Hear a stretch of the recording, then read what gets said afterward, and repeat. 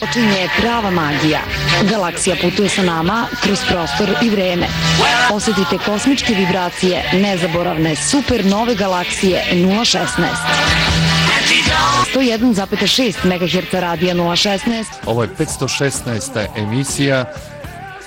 Večeras imamo posebno iznenađenje, poštovani slušalci, za vas. Imamo i večeras jednog izuzetnog gosta. O čemu se radi i koji nam je to gost? Ajde da ostane malo tajna za početak, ali verujte, ako ostanete sa nama imat ćete šta da čujete. Gost je naš, eto da otkrijem donekle tajnu, naš sugrađanin. O njemu već zna ceo svet. Bavi se izuzetnim stvarima u životu. Čovek koji je sebe uložio, da kažem, maltene ceo život u to što radi. Ideja je fantastična, bavi se inovatorstvom, jednom rečju naučnik bez diplome. Pa da vam kažem, ima puno naučnika sa diplomom, ali prosto služi samo za slikanje. Da ne vređam neke ljude pred kojima se skida kapa, ali isto imaju diplomu, ali nekima stvarno to služi samo za slikanje. Međutim, čovjek koga sam večeras doveo da nam bude gost i koji je najavljen u prošloj emisiji, to itekako zaslužuje. Čak ćemo vam objasniti zašto je pristao da bude gost u Galaksiji 016. Naravno, meni to i celoj ekipi je izuzetna čast da takvi ljudi budu gosti u Galaksiji 016, ali ovdje dolaze gosti koji su itekako vredni pažnje, pa samo ime govori, poštovani slušalci, da Galaksija znači nešto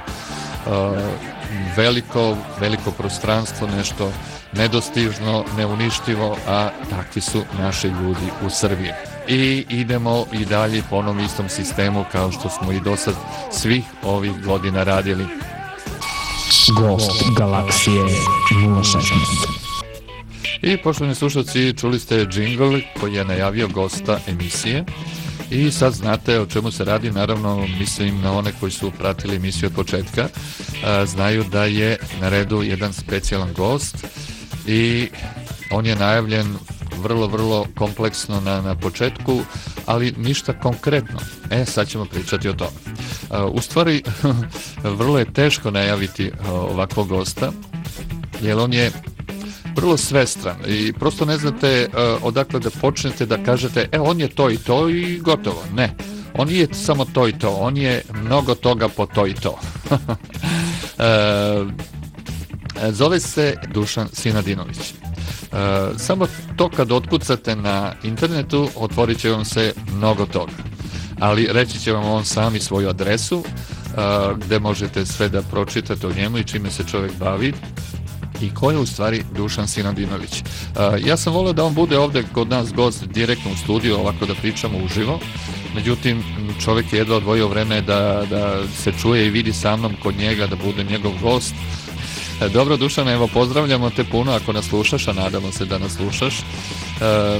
Kako da počnemo, kako da najavimo ovog čovjeka i da vam kažem, kad sam vam rekao u početku emisije da je za njega čuo ceo svet. Pa evo o čemu se radi. Priču ćemo početi ovako. Bavi se slikanjem, ima više slika, jedna od poznatih slika je koja se zove Decenija. Na njoj je odslikao sve probleme koji su se u tom periodu od 10 godina dešavali. Svi ti problemi su na jednoj slici i vrlo upečatljivo naslikani, tako da možete odmah da prepoznate o čemu se radi. Ali je to jako dobro urađeno. Dakle, čovjek se bavi i crtanjem. Snimio je dokumentarni film o Teslinom tornju i zašto ga treba izgraditi baš ovdje kod nas u Srbiji. Ne samo što je Tesla naš čovjek, Srbin, i što je svetskog glasa, naučnik svetskog glasa, već postoji razlog za to, ali naravno to ćete čuti kroz prilog koji sam napravio sa njim, glavni razlog zašto to treba da bude kod nas. Upravo snima još jedan film o istoj temi i to je u stvari čovjek koji stvarno je uporan da svima nama ovde pokaže razlog za to zašto to treba da se ovde izgradi. Zašto treba izgraditi baš kod nas Teslin toranj. Ja sad, poštovani slušalci, ne mogu da vam objašnjavam o čemu se radi, ko je to, kakav je to Teslin toranj. Pretpostavljam da mnogi znate o čemu se radi, ali ako uđete na sajt Dušana Sinadinovića, vidjet ćete o čemu se radi i šta je to Tesla radio sa tim tornjem, a i kroz jednu malu priču koju sam napravio, jedan mali prilog sa Dušanom. Da vam bude slika malo jasnija kako to za njega zna ceo svet i cela Srbija i bivša cela Jugoslavija, jer o njemu se priča još od 1993. godine. Prva reportaža u jutarnjem programu u emisiji Ovo je Srbija na RTS-u o Dušanu Sinadinoviću i njegovoj borbi da se u Srbiji izgradi Teslin toranj. Dakle, on kao mali još sa tom idejom i nekim drugim pronalascima koji ćete čuti malo kasnije. Šteta što to sve ne možete da vidite, ali kažem vam, kad nađete njegov sajt vidjet ćete i o kakvim se inovacijama se radi.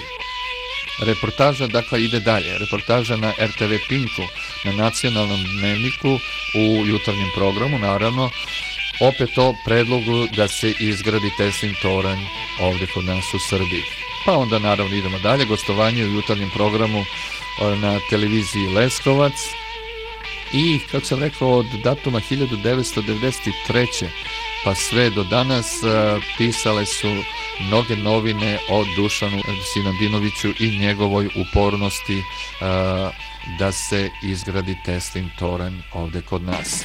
Dala ga je i velika kompanija, svetska kompanija Mercedes, da radi kod njih u stručnom timu, jer je napravio dva nova tipa motora sa unutrašnjim i spoljašnjim sagorevanjem, ali on je odbio, znam ga ne tako dugo, ali izuzetan čovek, pa i s tim u vezi i izuzetan patriot. Rekao sam vam otprilike ko je Dušan Sinadinović, zašto se on večeras nalazi baš kod nas kao gost i ko je sve pisao i koje sve novine su pisale o njemu. Pozitivne kritike su date na komentarima. Ja sad predlažem, evo baš ovo vreme, poštovani slušalci, kad je vreme za gosta emisije, obično smo ovo vreme išli sa, sećate se ono, Mija Kulić, pa ovo nije pop rock, ovo je disco blok, ne, sada je važan Dušan Sinadinović i poklonit ćemo mu večeras maksimalno pažnju. Ja bih volao da sponzori obrate pažnju, da čuju o kome se radi. Dušanu Sinadinoviću je potrebna novčana pomoć. Ako neko osjeti da pronađe sebe, da misli da to što Dušan radi treba da se pomogne, na kraju ću vam reći i broj telefona i da pozovete čoveka da se s njim popričate, vidite, upoznate i da vam on objasni šta on to radi i šta mu je i koliko potrebno. Ja sad, poštovani slušalci, predlažem, u režiji sve spremno, da pustimo snimak sa razgovorom i jednom pečatljivom pričom koju nam je dao Dušan Sinadinović. Ja sam bio kod njega privatno kući i tako napravili razgovor koji ćete vi sada čuti.